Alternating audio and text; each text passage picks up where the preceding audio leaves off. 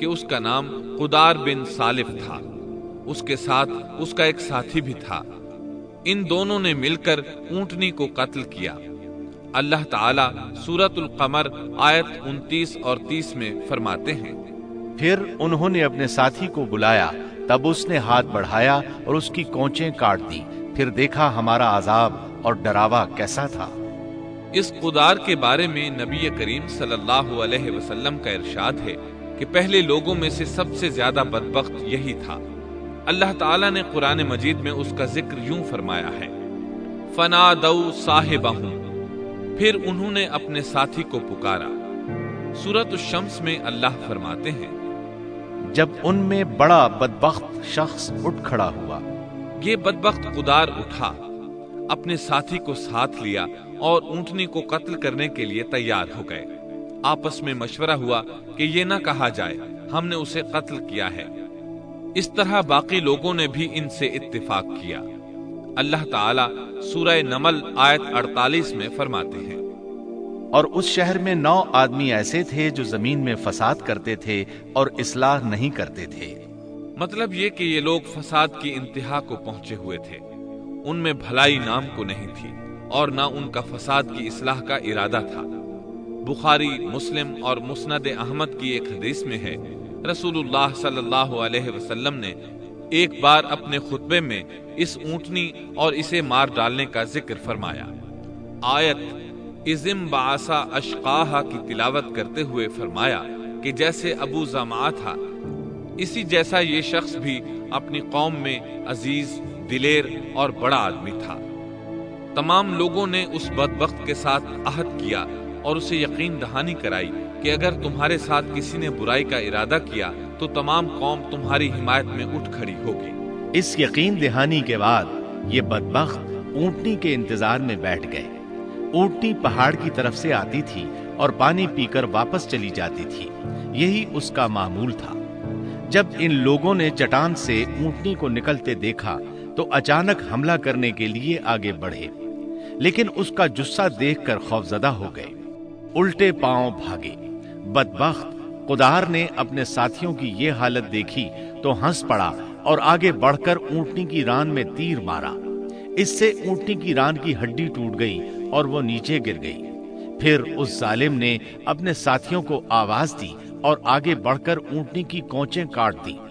سورۃ الشمس میں اللہ تعالیٰ فرماتے ہیں، ان لوگوں نے اپنے پیغمبر کو جھوٹا سمجھ کر اس اونٹنی کی کونچیں کاٹ دی، بس ان کے رب نے ان کے گناہوں کے باعث ان پر ہلاکت ڈالی اور پھر ہلاکت کو عام کر دیا اور اس بستی کو برباد کر دیا۔ اونٹنی کی کونچیں کاٹ دیے جانے کے بارے میں اللہ تعالیٰ ایک دوسرے مقام پر فرماتے ہیں کہ پس انہوں نے اونٹنی کو مار ڈالا اور اپنے پروردگار کے حکم سے سرتابی کی اور کہنے لگے، اے صالح، جن عذابوں سے تو ہمیں دھمکاتا رہتا تھا، اگر تو واقعی پیغمبر ہے تو ان عذابوں کو ہم پر نازل کرا دے۔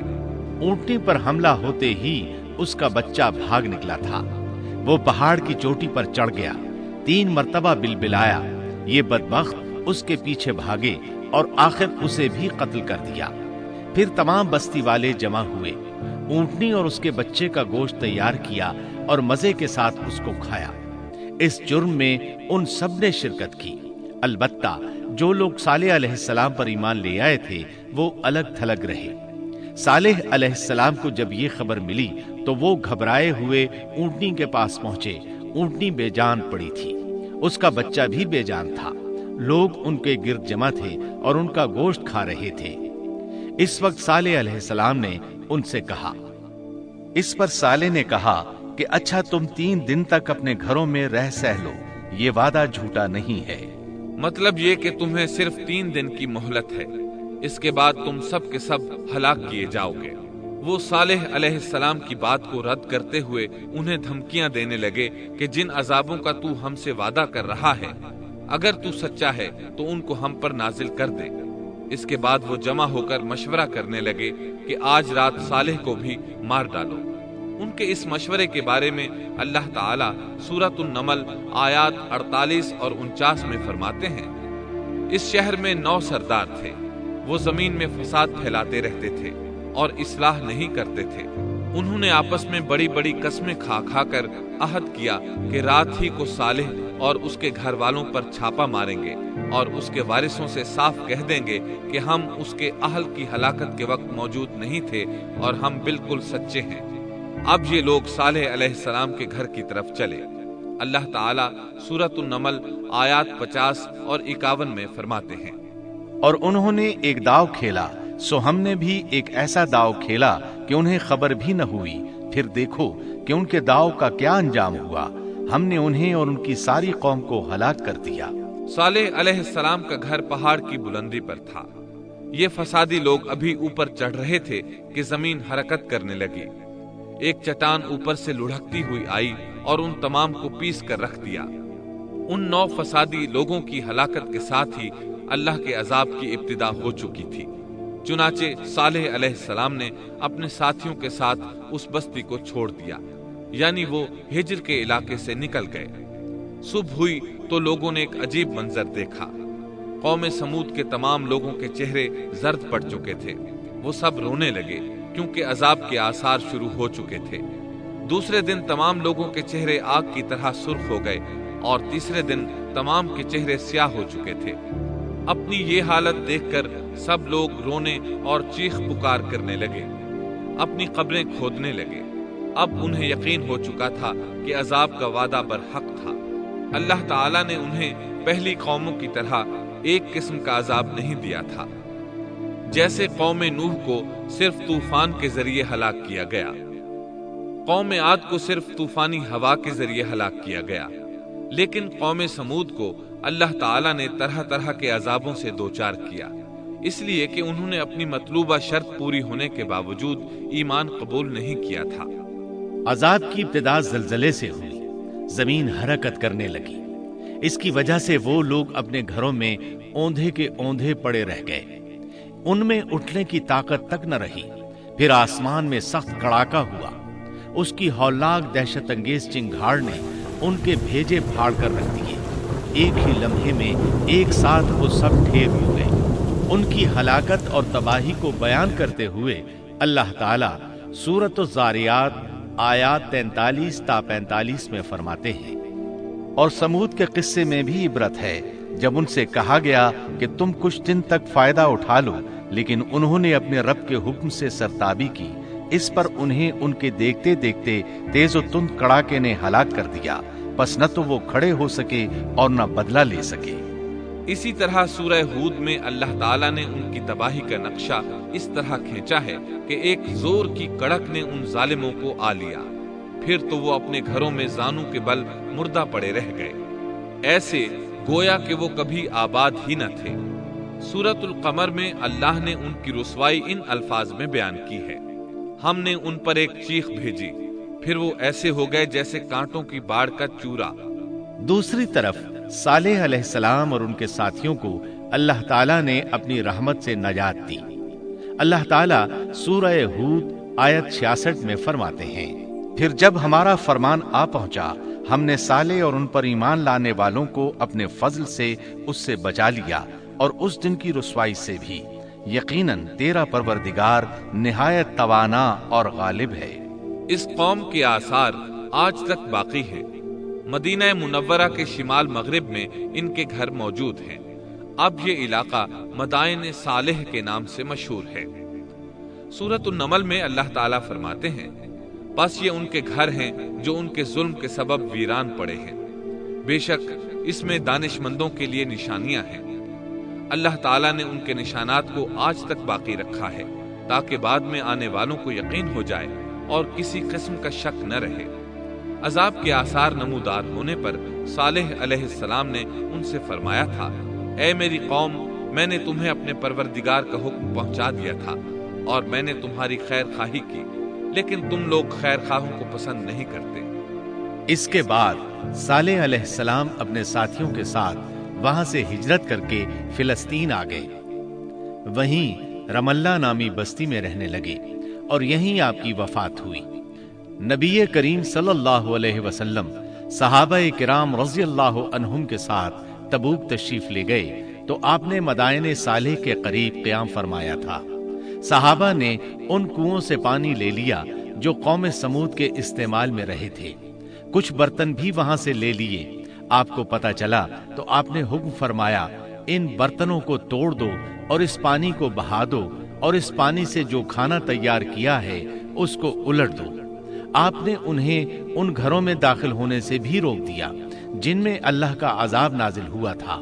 آپ صلی اللہ علیہ وسلم نے فرمایا، میں ڈرتا ہوں تم پر بھی ایسا عذاب نہ آ جائے جیسا ان پر آیا تھا، اس لیے ان کے علاقے میں داخل نہ ہوا کرو، اور اگر داخل ہونا پڑ جائے تو روتے ہوئے داخل ہوا کرو، اور رونا نہ آئے تو رونے جیسی شکلیں بنا لیا کرو تاکہ تمہارا شمار ظالموں میں نہ ہو۔ اللہ تعالیٰ فرماتے ہیں، آگاہ رہو، قوم سمود نے اپنے رب سے کفر کیا، سن لو ان سمودیوں پر پھٹکار ہے۔ قرآن میں ان کا قصہ 26 سے زائد مرتبہ بیان کیا گیا ہے۔ اس کے بعد لوگ ایمان کی حالت میں امن چین کی زندگی بسر کرنے لگے، لیکن پھر نئے سرے سے ان میں خرابی پیدا ہوئی۔ شیطان نے پھر اپنا کام دکھایا، ان کے دلوں میں وسوسہ ڈالا اور فلسطین، عراق، مصر اور جزیرے کے نواحی علاقوں میں شرک پھیل گیا۔ لوگ ایک بار پھر کفر کی طرف پلٹ پڑے۔ اس پورے قصے میں چند عبرتیں ہیں، آئیے ذرا ان کا بھی ذکر ہو جائے۔ اللہ تعالیٰ کی اونٹنی اگرچہ سیدنا صالح علیہ السلام کی نبوت کا ایک نشان تھی، ان کی سچائی کا ثبوت تھی، لیکن قرآن کریم کی وضاحت یہ ہے کہ وہ قوم سمود کی آزمائش کے لیے تھی اور وہی ان کی ہلاکت کا نشان ثابت ہوئی، جیسا کہ سورۃ القمر میں اللہ تعالیٰ فرماتے ہیں، بے شک ہم اونٹنی کو ان کی آزمائش اور امتحان کے لیے بھیجنے والے ہیں، پس تو ان کے انتظار میں رہ اور صبر اختیار کر۔ سنت اللہ یہ رہی ہے کہ اگر وہ اپنے پیغمبر کو کسی قوم کی ہدایت کے لیے بھیجے اور قوم اس کی ہدایت پر کان نہ دھرے تو ضروری نہیں کہ وہ قوم ہلاک کر دی جائے، لیکن جو قوم اپنے نبی سے اس وعدے پر نشان طلب کرے کہ اگر ان کا مطلوبہ نشان ظاہر ہو گیا تو وہ ایمان لے آئیں گے، اور پھر نشان آ جانے کے بعد وہ ایمان نہ لائے تو اس قوم کی ہلاکت یقینی ہے۔ اللہ تعالیٰ پھر اس قوم کو معاف نہیں کرتے جب تک کہ وہ تائب نہ ہو جائے اور اللہ کے دین کو قبول نہ کرے، یا عذاب الہی سے صفائے ہستی سے مٹ کر دوسروں کے لیے عبرت کا نشان بن جائے۔ لیکن اس سنت سے نبی کریم صلی اللہ علیہ وسلم کی امت مستثنا ہے، اس لیے کہ آپ صلی اللہ علیہ وسلم نے وضاحت فرمائی ہے، میں نے اللہ تعالیٰ سے دعا مانگی ہے کہ اللہ تعالیٰ میری امت میں عذاب عام مسلط نہ فرمائے، اور اللہ نے میری دعا قبول فرما لی۔ قرآن میں اللہ تعالیٰ نے نبی کریم صلی اللہ علیہ وسلم کی اس بات کی یوں تصدیق کی ہے، اے رسول، اس حال میں کہ تو ان میں موجود ہے، اللہ تعالیٰ ان کافروں پر عذاب مسلط نہیں کرے گا۔ اور یہ ایک خطرناک غلطی ہے، نفس کا دھوکہ ہے کہ انسان عیش و عشرت اور دنیاوی جاہ و جلال کو دیکھ کر یہ خیال کر بیٹھے، یہ گمان کر لے کہ جس قوم یا فرد کے پاس یہ سب کچھ موجود ہے وہ ضرور اللہ تعالیٰ کے سائے میں ہے، اور یہ کہ ان کی یہ خوش عیشی اس بات کی علامت ہے کہ اللہ تعالیٰ کی خوشنودی ان کے ساتھ ہے۔ یہ نفس کا دھوکہ ہے، غلط فہمی ہے، بلکہ کج فہمی ہے۔ قرآن کریم کے اس واقعے میں جگہ جگہ اس بات کی وضاحت ہے کہ بعض اوقات زیادہ سے زیادہ خوش عیشی زیادہ سے زیادہ عذاب کا پیش خیمہ ثابت ہوتی ہے، اگرچہ قوموں کے لیے اس کی مدت چند ماہ یا چند سال نہیں بلکہ گھبرا دینے والی مدت ہی کیوں نہ ہو، مگر ہر قسم کی دنیاوی کامیابیوں اور خوش عیشیوں کے ساتھ جب ظلم، سرکشی اور غرور کسی قوم کا مستقل شعار بن جائے تو سمجھ لو اس کی تباہی اور ہلاکت کا وقت قریب آ پہنچا۔ اللہ تعالیٰ فرماتے ہیں، تیرے رب کی پکڑ بہت سخت ہے، لیکن اس کے ساتھ ہی یہ بات بھی ہے کہ کسی قوم میں تمام تر خرابیوں کے باوجود اگر قوم سے اکثر افراد اللہ کے شکر گزار ہوں، اس کے بندوں کے ساتھ انصاف کرنے والے اور آپس میں نیک نیت اور خیرخواہی کرنے والے ہوں، تو بلا شبہ وہ اللہ کے ہاں مقبول بندے ہیں، اور انہی کو دنیا اور آخرت کی کامیابیوں کی بشارت ہے، اور انہی کے لیے یہ دنیاوی عیش اللہ کی بے انتہا نعمتوں کی علامت ہے۔ انہی الفاظ پر سیدنا صالح علیہ السلام کا قصہ اختتام کو پہنچا۔